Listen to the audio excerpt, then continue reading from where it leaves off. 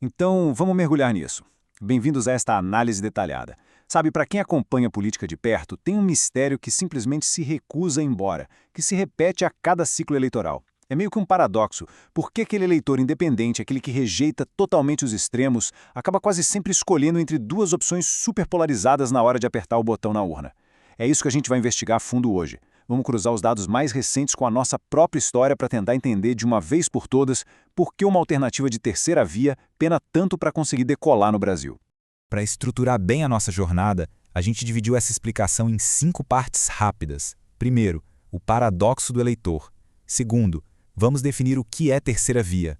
Terceiro, o padrão das eleições. Quarto, as barreiras estruturais. E, por fim, o cenário real para 2026. Ponto número 1. O paradoxo do eleitor. E logo de cara, a gente já esbarra numa contradição estatística enorme que precisa ser destrinchada. Agora, o que é realmente fascinante nesses números é o tamanho exato dessa fatia. Pensa no seguinte. Segundo a Quest, lá em maio de 2024, expressivos 32% dos brasileiros se consideram independentes. Isso é praticamente um terço do eleitorado inteiro. É muita gente. São pessoas que afirmam com todas as letras que não têm lealdade política nenhuma, não são lulistas, não são bolsonaristas, não batem no peito para dizer que são de esquerda ou de direita. Em teoria, isso seria um oceano de votos prontinho para abraçar uma nova opção, não é mesmo? Mas aí a gente olha para as intenções de voto reais para 2026 e, bom, a dissonância cognitiva bate forte. Apesar da gente ter esse um terço de independentes soltos por aí, as figuras mais polarizadas continuam dominando absolutamente o topo. Lula aparece com 39% e o Flávio Bolsonaro com 33%. Enquanto isso, os nomes que estão ali suando a camisa para se firmar como uma terceira via, tipo o Ronaldo Caiado e o Romeu Zema, estão travados em apenas 4% cada. A grande pergunta de $1 milhão aqui é: para onde diabos vão todos esses eleitores independentes quando a pesquisa pergunta em quem eles realmente, de fato, votariam? Isso nos leva à parte 2. O que é terceira via? Para resolver esse quebra-cabeça, a gente precisa alinhar o que esse termo realmente significa na prática. A gente costuma ter essa ideia automática de que uma terceira via tem que ser obrigatoriamente aquele candidato super calmo, moderado, puramente de centro, sabe? Mas a realidade é bem mais fluida que isso. Terceira via é, no fundo, uma promessa ou uma vontade política de bater de frente com a polarização. O foco não é ser um centro ideológico perfeito de laboratório, mas sim se colocar como a grande alternativa que quer quebrar a hegemonia dos dois gigantes da vez. E para dar um peso acadêmico para isso, o cientista político Murilo Mendes resumiu de um jeito impecável. Ele disse que a terceira via é só isso, uma alternativa factível aos campos hegemônicos da disputa. Ou seja, o figurino muda dependendo de quem está no poder e de quem é a oposição principal. A terceira via de hoje definitivamente não é a mesma de 20 anos atrás, simplesmente porque os polos de poder se moveram.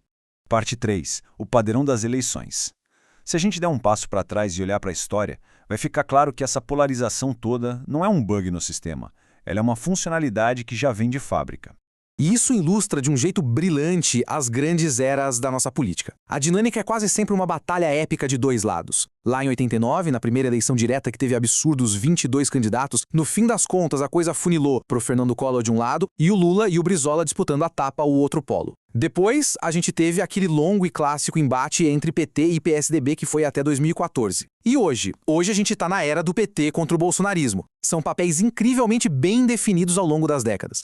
Claro, de vez em quando rola um sobressalto e algumas candidaturas alternativas ganham uma atração real. Se a gente olhar friamente para os dados, os melhores desempenhos de uma terceira via desde a redemocratização foram da Marina Silva, batendo 21,3% lá em 2014, e do Antony Garotinho, que chegou a 17,8% em 2002. Mas presta atenção, o padrão geral continua intacto. Mesmo ganhando esse fôlego, essas alternativas sempre acabam esbarrando num teto invisível e ficam de fora do duelo final. E o resultado final desse acúmulo histórico absurdo é esse número aqui, 72%. O Felipe Nunes, que é diretor da Quaest, apontou que a polarização engole impressionantes 72% das intenções de voto no cenário atual. É um nível de calcificação, de engessamento do eleitor que é tão, mas tão alto que acaba sugando quase todo o oxigênio da sala. Fica quase impossível para qualquer outra alternativa conseguir respirar. O que nos leva à parte 4, as barreiras da terceira via. Existem obstáculos muito práticos e financeiros que esmagam essas candidaturas antes mesmo delas sentirem o cheirinho das ruas. Então, o ponto crucial aqui é entender como as engrenagens rodam por dentro. O João Amoedo, que sentiu isso na pele em 2018, cantou a pedra. O espaço encolheu porque não tem incentivo financeiro, pura e simplesmente. O objetivo número 1 dos partidos hoje não é jogar todas as fichas num candidato a presidente de centro que pode não vingar. Eles querem eleger deputado, aumentar a bancada federal. Por quê? Porque é isso que garante as fatias gordas do fundo partidário e do fundo eleitoral. É muito mais jogo lucrar com a polarização, elegendo dezenas de deputados, do que tentar bancar o herói com um candidato independente ao Planalto. E o efeito dominó dessa estratégia financeira é a fragmentação total. Como cada partido quer morder o seu próprio pedaço do bolo para fortalecer os próprios deputados, ninguém se coordena. Cada um lança o seu próprio candidato independente e lembra daquele 1/3 de eleitores independentes lá do começo? Eles ficam completamente perdidos com tanta opção fraca. Essa pulverização faz com que ninguém consiga ganhar o momentum, aquele embalo necessário para assustar os gigantes de verdade. O cientista político Fernando Schuller sintetiza essa muralha de forma perfeita. Ele lembra que esse desempenho travado é a marca registrada da nossa política, o embate enraizado de visões de mundo opostas.